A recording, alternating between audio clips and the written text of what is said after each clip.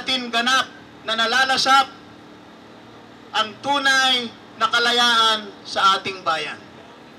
Dahil umiiral ang mga di pantay na kasunduan, hindi lamang sa kasunduang pangkalakalan o pangkomersyo, tulad ng GATT o General Agreements on Tariffs and Trade and World Trade Organization at iba pang mga regional, di pantay na mga multilateral at bilateral trade agreements.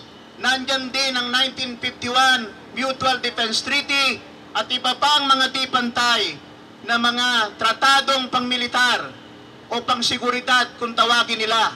Dahil kung ano idikta ng Estados Unidos, anong mga patakarang pang-ekonomiya, pang-politika at pang-militar, inuudyukan pa ang gobyerno ng Pilipinas.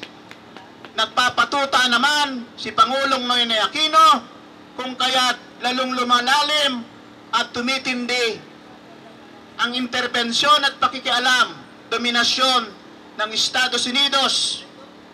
Sa lalawigan ng Nueva Tarlac, tumitindi ang land speculation dahil dito sumisentro ang mga expressway na nagdudugtong hanggang Northern Luzon.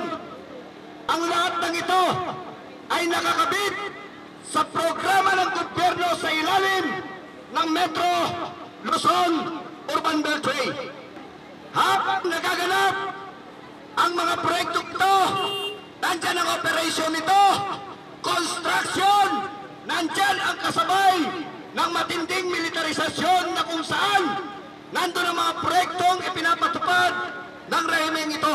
Hindi totoo na mayroon tayong kalayaan habang ang uwad na karta ito ay umiiral sa hanay nating mga magsasaka bilang batas na pinahiiral ng gobyerno ito sa mamamayang Pilipino.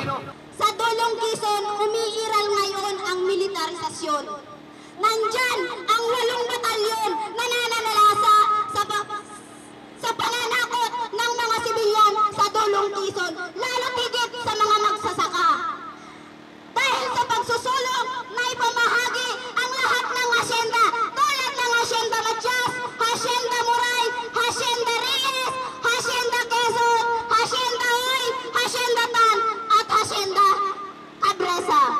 Nandyan ay naakusahan ang lahat ng magsasaka na membro daw ng NPA. Kung kami mga magsasaka sa Quezon ay membro ng NPA, hindi kami pupunta dito upang isulong ang aming mga panawagan.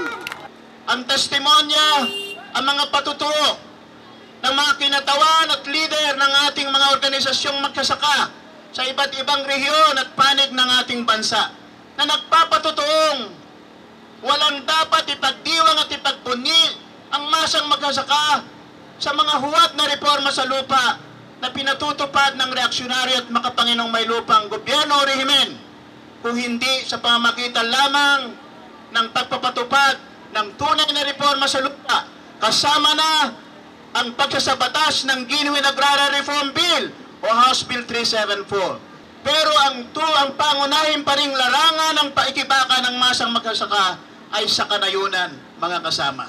At ang kilusang masa, kampanyang masa, dito sa kalunsuran ay napakahalagang bahagi ng kabuuang antipyudal na paikibaka ng masang magsasaka at ng sambayanang Pilipino.